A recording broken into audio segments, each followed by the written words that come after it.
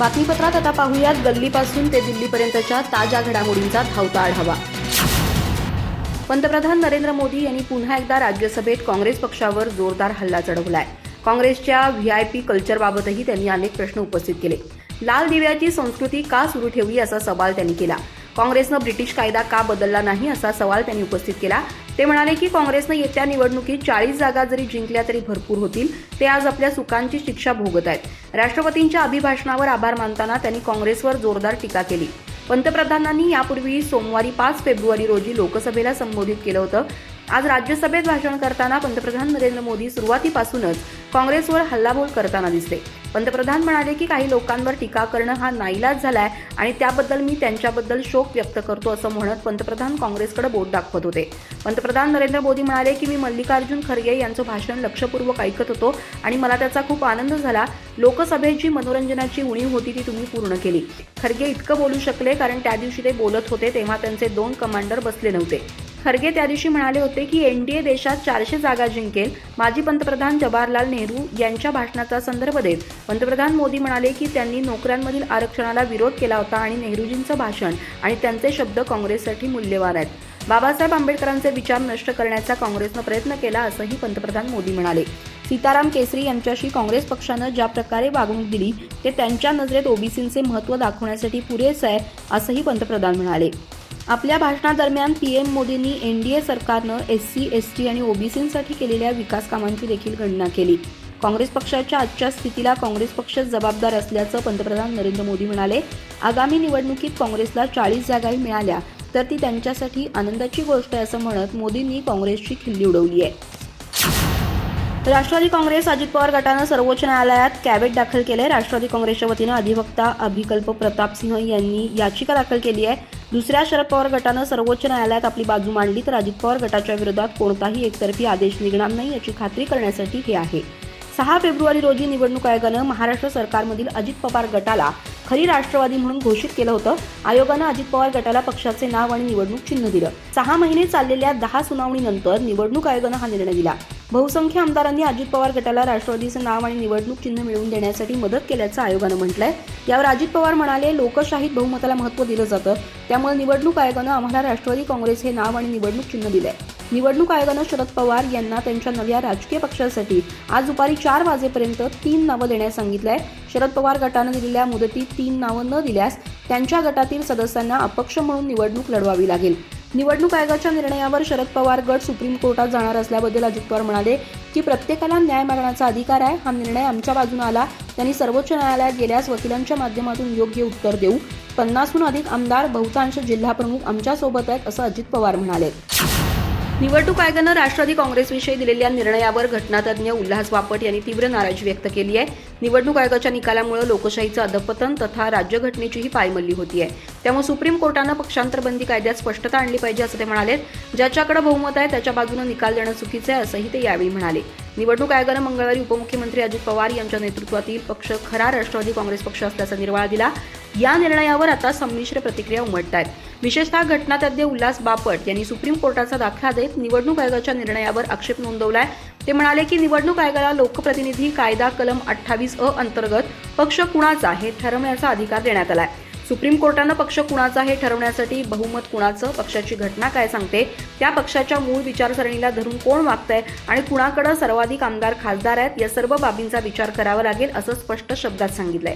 पण कालच्या निकालात तसंच झालेलं दिसत नाही। निवडणूक आयोगानं केवळ कायदेमंडळातील सदस्यांचा विचार करून आपला निर्णय दिला असं ते एका मराठी वृत्तवाहिनीशी बोलताना म्हणाले।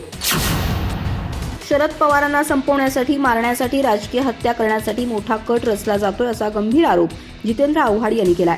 दिल्लीत प्रसारमाध्यमांशी बोलताना जितेंद्र आव्हाड यांनी अजित पवार गटासह निवडणूक आयोगावर सडकून टीका केली आहे। दरम्यान आमदार जितेंद्र आव्हाड म्हणाले की जर 2019 पासून वाद सुरू झाला तर मग अजित पवार विरोधी पक्षनेते, उपमुख्यमंत्री कसे झाले अशी विचारणाही यावेळी त्यांनी केली आहे। तसंच कोणता संजय निवडणूक आयोगाला जाऊन ही विचारणा करतोय असंही त्यांनी विचारलंय। जितेंद्र आव्हाड म्हणाले की शरद पवारांना संपवण्यासाठी, मारण्यासाठी, राजकीय हत्या करण्यासाठी किती मोठा कट रचला जातोय हे महाराष्ट्राच्या जनतेसमोर आणण्याची गरज आहे। आम्ही दिलेल्या पर्यायांचा कागदपत्रात साधा उल्लेखही केलेला नाही, हे त्यांनीच लिहिलं आहे का याबद्दल ही शंका आहे। निवडणूक आयोगासारखी संस्था जर कायदेशीररित्या चालणार नसेल आणि बेकायदेशीरपणे निर्णय घेणार असेल तर हे धक्कादायक आहे। जितेंद्र आव्हाड म्हणाले की कालचा एकंदरीत जो निर्णय आहे तो पाहिल्यानंतर काही आश्चर्यकारक गोष्टी समोर येतात. अजित पवार यांची निवड ही चुकीची आहे असं निवडणूक आयोगानं स्पष्ट केलंय. पण हे सांगताना त्यांनी 2019ला अजित पवार फुटले तेव्हापासून वाद सुरू झाला असं सांगितलंय. तेव्हा काकांनी मोठं मन दाखवत 2019ला फुटल्यानंतरही कुशीत घेतलं आणि त्यांच्या डोक्यावर हात फिरवत उपमुख्यमंत्री केलं. मग यात वाद कुठं होता असा प्रश्न जितेंद्र आव्हाड यांनी उपस्थित केलाय. निवडणूक आयोगाच्या निकालानंतर राष्ट्रवादी काँग्रेसच्या अजित पवार गटामध्ये उत्साह संचारलाय. त्यानंतर आता या सत्ताधारी गटानं शरद पवारांना आणखी एक धक्का देण्यासाठी पक्षाचं मुख्यालय ताब्यात घेण्याच्या हालचाली सुरू केल्या आहेत. यामुळे राष्ट्रवादीच्या शरद आणि अजित पवार गटातील वाद अधिकच वाढण्याची शक्यता आहे. राष्ट्रवादीमध्ये फूट पडल्यानंतर काही जिल्ह्यातील पक्ष कार्यालय अजित पवार गटाच्या ताब्यात आहेत, तर काही जिल्ह्यात ते शरद पवार गटाच्या ताब्यात आहेत. राष्ट्रवादी काँग्रेसचं मुख्यालय राष्ट्रवादी भवन हे मुंबईत आहे. हे मुख्यालय शरद पवार गटाच्या ताब्यात आहे. आता अजित पवार गटानं पक्षाचं हेच मुख्यालय आपल्या ताब्यात घेण्याच्या हालचाली सुरू केल्या आहेत. यासंबंधीची प्रक्रिया सुरू करण्यात आल्याची माहिती सूत्रांनी दिली आहे. राष्ट्रवादी काँग्रेसची कार्यालय राष्ट्रवादी वेलफेअर ट्रस्टची मालमत्ता असल्याचा दावा शरद पवार गटानं केलाय. या वेलफेअर ट्रस्टवर शरद पवार यांचं वर्चस्व आहे. त्यामुळे राष्ट्रवादीची कार्यालय शरद पवार यांच्याच ताब्यात राहण्याची शक्यता व्यक्त केली जात होती. पण आता अजित पवार गटानं राष्ट्रवादीचं मुख्यालय हे राष्ट्रवादी वेलफेअर ट्रस्टचं नव्हे तर पक्षाचा असल्याचा दावा केलाय. त्यामुळे अजित पवार गटानं हे मुख्यालय ताब्यात घेण्यासाठी रणनीती आखली आहे. बुजुर्ग काकांनी उभा केलेला पक्ष दुसऱ्याच्या बळावर हिसकावणं सोपं आहे, पण बुजुर्ग नेत्याचा अवमान न करता स्वतःच्या बळावर स्वतःचा पक्ष उभा करण्यासाठी संघर्ष आणि संयम लागतो, हिंमत लागते असा थेट हल्ला मनसेच्या ट्विटर हँडलवरून अजित पवार यांचं नाव न घेता करण्यात आलाय. विधिमंडळ पक्षातील बहुमताच्या आधारावर अजित पवार गट हाच मूळ राष्ट्रवादी काँग्रेस पक्ष असल्याचा निकाल मंगळवारी केंद्रीय निवडणूक आयोगाने दिला. यासह राष्ट्रवादीचं घड्याळ हे निवडणूक चिन्हही अजित पवार गटाला बहाल करण्यात आलं. या निर्णयामुळे राष्ट्रवादी काँग्रेसचे संस्थापक आणि राष्ट्रीय नेते शरद पवार यांना मोठा राजकीय धक्का बसल्याचं बोललं जात आहे. दरम्यान या निकालाविरोधात सर्वोच्च न्यायालयात दाद मागू असं शरद पवार गटानं म्हटलंय. या पार्श्वभूमीवर बुजुर्ग काकांनी उभा केलेला पक्ष दुसऱ्याच्या बळावर हिसकावणं सोपं आहे, पण बुजुर्ग नेत्याचा अवमान न करता स्वतःच्या बळावर स्वतःचा पक्ष उभा करणं, चिन्ह मिळवणं यासाठी राज ठाकरे यांच्यासारखा संघर्ष आणि संयम लागतो, हिंमत लागते. असो, त्यांचं राजकारण त्यांना लखलाभ असा टोला मनसेनं लगावलाय. केंद्रीय मंत्री नितीन गडकरी यांनी म्हटलं, कोणत्याही पक्षानं सरकार बनवलं तरी एक गोष्ट निश्चित आहे की चांगलं काम करणाऱ्याला सन्मान मिळत नाही आणि जो वाईट काम करतो त्याला कधीही शिक्षा होत नाही. मुंबईतील एका कार्यक्रमात गडकरी बोलत होते. ते म्हणाले की राजकारणात वादविवाद आणि चर्चेत विचार फरक ही समस्या नाही. समस्या म्हणजे कल्पनांचा अभाव. आपल्या विचारधारेला चिकटून राहणाऱ्यांची संख्या कमी होतीये. विचारसरणीची घसरण लोकशाहीसाठी चांगली नाही. ना उजवे ना डावे ऑपॉर्च्युनिस्ट मानले जाते. अशा लोकांना फक्त सत्ताधारी पक्षाशी जोडून राहायचं असतं. गडकरी म्हणाले की भारत ही जगातील सर्वात मोठी लोकशाही आहे आणि पंतप्रधान मोदींच्या शब्दात भारत ही लोकशाहीची जननी आहे. चांगलं काम करणाऱ्याला सन्मान मिळत नाही आणि वाईट काम करणाऱ्याला कधी शिक्षा होत नाही. या गुणवत्तेमुळे आपली लोकशाही शासन व्यवस्था जगासाठी योग्य आहे. ते म्हणाले की नेते येत जात राहतात, मात्र त्यांनी आपापल्या मतदारसंघातील जनतेसाठी केलेलं कामच त्यांना आदराचं स्थान मिळवून देतं. प्रसिद्धी आणि लोकप्रियता महत्त्वाची आहे, पण ते संसदेत काय बोलतात यापेक्षा त्यांनी आपापल्या मतदारसंघात केलेलं काम महत्त्वाचं आहे. 6 फेब्रुवारी 2023 रोजी सकाळी दारू घोटाळ्यानंतर ईडीनं पाणी घोटाळ्यात केजरीवालशी संबंधित 10 ठिकाणी छापे टाकले. यानंतर त्यांच्या अटकेची चर्चा पुन्हा एकदा जोर धरू लागली आहे. दिल्लीचे माजी उपमुख्यमंत्री मनीष सिसोदिया यांनाही दारू घोटाळ्यात जामीन देण्यास सर्वोच्च न्यायालयानं नकार दिला. आतापर्यंत सिसोदिया यांचे 5 जामीन अर्ज कोर्टानं फेटाळलेत. या प्रकरणात 338 कोटी रुपयांचा व्यवहार झाला असून त्यात सिसोदिया यांची भूमिका संशयास्पद असल्याचं सांगण्यात आलंय. न्यायालयानं म्हटलं होतं की खासगी प्लेयर्सना फायदा व्हावा यासाठी दारू धोरणात बदल करण्यात आल्याचं दिसतंय. 30 ऑक्टोबर 2023 रोजी सर्वोच्च न्यायालयाच्या निर्णयानंतर ईडीनं दिल्लीचे मुख्यमंत्री अरविंद केजरीवाल यांना आतापर्यंत 5 वेळा समन्स पाठवलेत.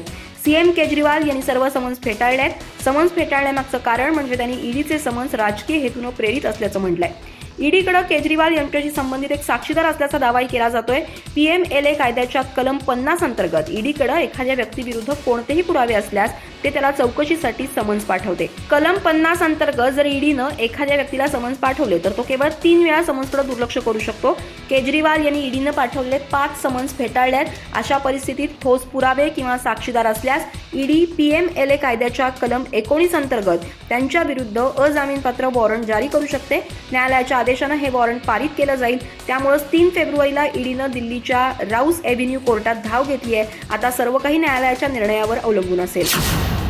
मराठा आरक्षणाच्या आंदोलनावरून मनोज जरांगे यांच्यावर टीका करताना अन्न आणि पुरवठा मंत्री छगन भुजबळ यांनी नगर येथील सभेत एकाही न्हाव्यानं मराठ्यांची हजामत करू नये असं आवाहन केलं होतं.